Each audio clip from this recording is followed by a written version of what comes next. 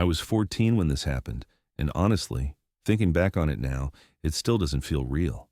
My dad was mad at me over something so stupid I'm not even going to say what it was because it really was that dumb.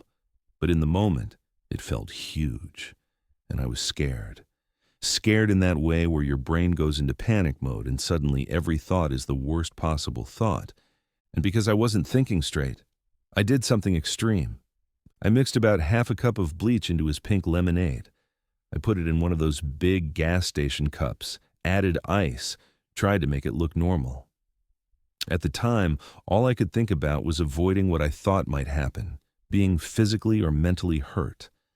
I wasn't on my meds. I was scared, and I made a terrible decision because of it. He took sips throughout the day. Not chugging it, just drinking a little here and there. I don't even know if he ever finished all of it. I remember just sitting there afterward, sick to my stomach, realizing what I'd done and having no idea what was going to happen to him, or to me. I begged people not to call anyone or send anyone to my house. I had no clue how badly this could end. But then the update happened. Update. So, nothing happened. Nothing close to what I expected. My dad didn't die. I didn't get arrested. He just ended up getting pneumonia for a week, and then he was totally fine. Meanwhile, I was having a full-on meltdown about how close I came to ruining my entire life. Since then, I've gotten into therapy, and it hit me how unbelievably stupid and dangerous my actions were. I could have actually killed him. I could have been locked up. I wasn't okay mentally, and I didn't handle anything the right way. I'm doing better now, not perfect, but better, and I've learned I can't let fear or panic push me into decisions like that ever again. Another update. For the people saying, "You're going to jail." Yeah, I knew that. I wasn't thinking. I was desperate and off my meds. And no, he didn't taste the bleach. I mixed it with lemonade and another mix from Dollar Tree, and honestly, the bleach was from Dollar Tree too, so maybe that played a part. I don't know. Final update. Please do not call CPS or the police. I'm begging. It will make everything worse for me. I shouldn't have gone to Reddit with this in the first place, but here we are. I'm handling it. I'm getting help, and things are not great, but under control. That's it. I'm okay. He's okay, and I've learned a lot since then.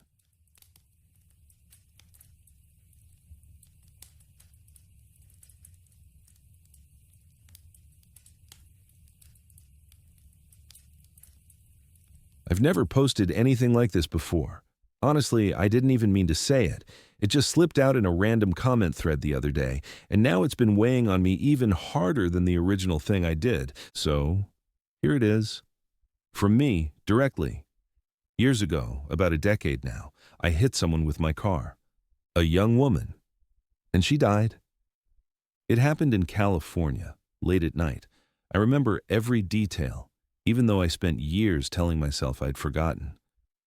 I was driving home from a friend's place, exhausted, zoning out a bit from school and work and just life. It was one of those nights where everything feels foggy, like you're watching yourself from the outside. I was turning through the intersection at Chapulguru Street and Rock Avenue. I won't type the actual names again because the last time I did, it caused more attention than I ever expected. But I'll never forget them. I've replayed them in my head every time I've walked across any street, anywhere. She stepped out from behind a parked car. Maybe she was crossing late. Maybe she thought I had already passed. Maybe I was going a few miles over the limit. Honestly, I think I was. I've never been able to convince myself otherwise. I didn't even see her until she was right in front of me. There was no time to brake, no time to swerve, just impact and then silence. A kind of silence you don't forget. I got out of the car shaking so badly I could barely stand. She wasn't moving. There was no one else around, no headlights coming, no houses with lights on. It was one of those weird, dead spots in the city where everything is just empty. I called out to her. I touched her shoulder. I tried to convince myself she was breathing, but she wasn't. And then I did the thing I'm ashamed of more than anything else. I got back in my car and left. I didn't speed away like in movies. I didn't peel out. I just drove. I felt like my entire brain shut off and survival mode took over. Every mile after that was a blur. I sat in my driveway afterward for almost an hour, hands still gripping the wheel, telling myself I'd wake up any second. But I didn't. I followed the news for weeks, a month, then longer. When the article finally came out, they called it a hit and run. They described her as a beloved daughter and friend. They talked about how the driver fled, how the family begged for witnesses. I read the article over and over until the text burned into my memory. I thought about turning myself in. I really did. But every time I got close, I panicked. I convinced myself it was too late, or that it wouldn't change anything, or that I'd ruin my family's life too. And then the years passed, slowly, quietly. I moved, got a new job, built a routine, but the guilt never left. It just settled into the background like constant background noise. A few weeks ago, in some random Reddit comment thread, someone asked people to share the worst thing they ever got away with. I wasn't even planning to respond, but I did, without really thinking. I typed out the intersection, the fact that years had gone by, that the statute of limitations had expired. It didn't feel like a confession. It felt like pressure releasing, like I'd been holding my breath for a decade. Then someone replied. They linked the article. The exact article I'd read 1,000 times back then. They remembered the case. They remembered the streets. They put 2 and 2 together in seconds. And that's when I realized Reddit isn't as anonymous as people pretend. People remember things. People connect dots. People have Google. I panicked again, deleted the comment, deleted the account. But the adrenaline didn't go away. Neither did the guilt. It never has. I know this post doesn't fix anything. It doesn't undo what I did. It doesn't give her family the closure they deserved years ago. I'm not asking for forgiveness, and honestly, I don't think I deserve it.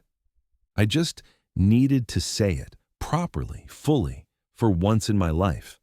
Not in a throwaway comment, not in half-truths, not as some statute of limitations joke. Just the truth. The part I ran from. The part that never actually stopped chasing me. I don't expect anything to come from this. I just don't want to carry it alone anymore.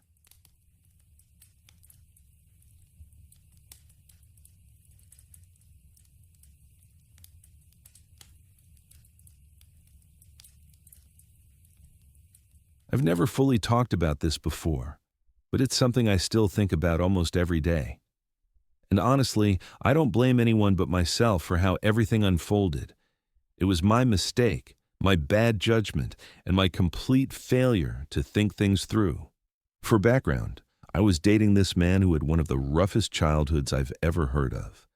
I won't get into the details out of respect for him, but let's just say he didn't grow up in a home where safe was a word people used. He survived things most people don't.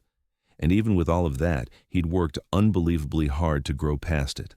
Therapy, routines, introspection, you name it.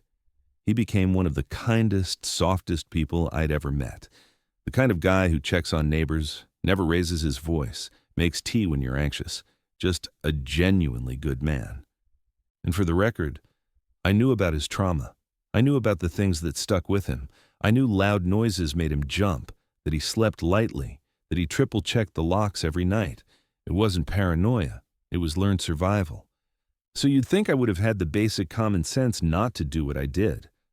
But no. I had to be an idiot. It was around Halloween, and I'd bought this cheap mask from a costume shop. One of those goofy but creepy plastic ones. I thought it would be funny to jump scare him when he came down the hall. We'd joked about horror movies before, and he always laughed at how easily he got startled.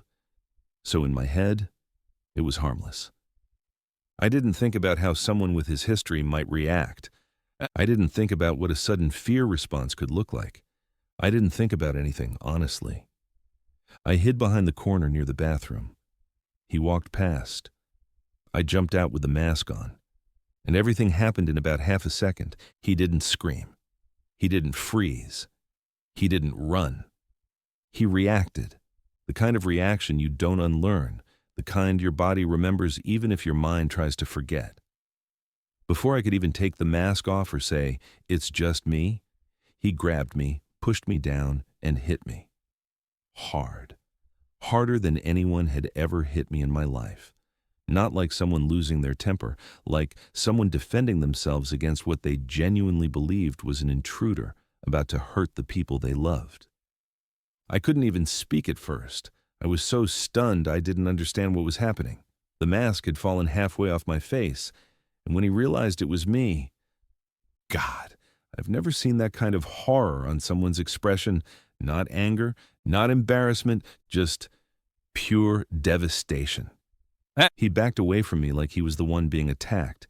His hands were shaking. He kept saying, "Oh my God, I didn't know. I'm so sorry." Over and over, like he was stuck on a loop. He wouldn't even come near me. I was crying. He was practically on the verge of throwing up. It was just awful. For both of us. I ended up with some pretty bad bruises. A fractured cheekbone. The kind of injuries that look intentional on paper, even though I know, truly know, he never meant to hurt me. He wasn't snapping. He wasn't showing his true colors. He was reliving the worst parts of his past all at once, and I was the idiot who gave him the trigger. But the physical injuries weren't the worst part. The worst part was what it did to us. He couldn't look at me without flinching. I couldn't look at him without remembering how strong he was, how fast everything happened, how easily fear can turn into something else. We were both terrified, but in completely different ways. And after a while it became pretty clear that the trust between us had cracked in a way neither of us knew how to fix. Not because he was dangerous, but because I had crossed a line I didn't even realize was there. I had pushed a button that should never have been touched, and he had to live with the fact that his body reacted before his brain could protect me. We loved each other. We really did. But love doesn't erase trauma, and love doesn't erase fear either. The relationship didn't survive it. I don't blame him. I don't even blame the reaction. I blame myself for thinking it would be funny, for not taking his past seriously, for not understanding that just because someone heals mentally doesn't mean their body forgets the danger it once lived in. It was one of the dumbest mistakes I've ever made, and it cost us something really good.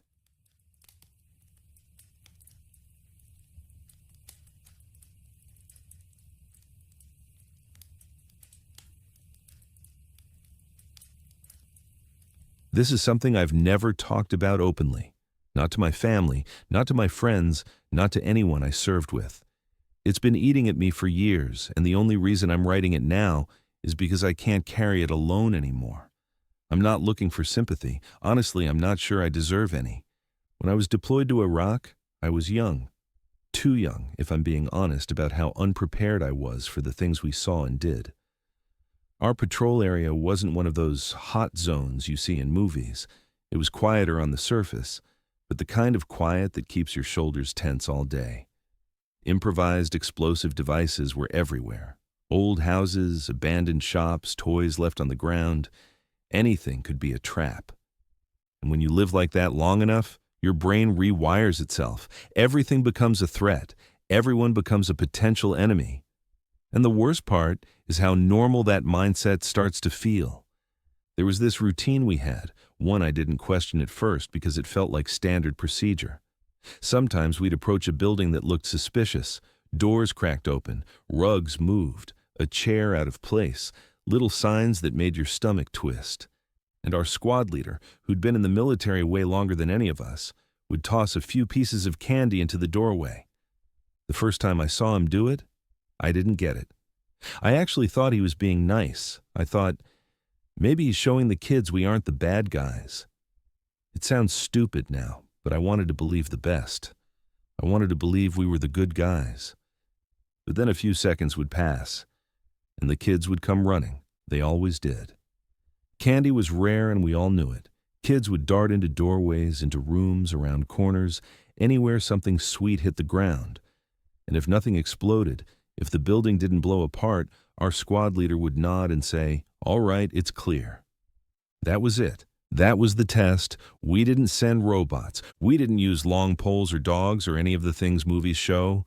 We used children who didn't even know they were being used. The first time I understood what was happening, I felt sick. I pulled my squad leader aside and told him it felt wrong. He just stared at me and said, "You want one of your guys losing a leg? You want to go in first? Be my guest." I didn't say anything after that. I wish I had, but I didn't. And here's the part I hate the most. After a while, I started doing it too. Not because I wanted to, not because I felt good about it, but because it became routine. It became normal. In the same twisted way, everything over there eventually becomes normal. When danger is everywhere, you start grabbing at anything, anyone that offers even a little protection. We were lucky. No kids got hurt on our watch, not once. But that doesn't make it okay. It doesn't erase what we did. It just means we got away with it. The faces of those kids still haunt me. The way they'd rush in without hesitation, smiling, completely unaware of what could have happened. They trusted us. They genuinely trusted us. And we used that trust to keep ourselves alive. I don't tell myself excuses anymore. Not the "we were scared" excuse, not the "war makes you do things" excuse, not the "someone else would have done it anyway" excuse. I was there. I made the choices I made. And even though I came home in one piece, part of me didn't. People like to say war changes you, but they never talk about how it can change you into someone you don't even recognize. I don't expect forgiveness. I don't expect people to understand. I just needed to finally admit it. Out loud. In full. Because pretending it didn't happen doesn't make it any less real. And I think the worst part is knowing that the kids who grabbed that candy will never know what risk they unknowingly took for us, and that I'll never stop knowing it.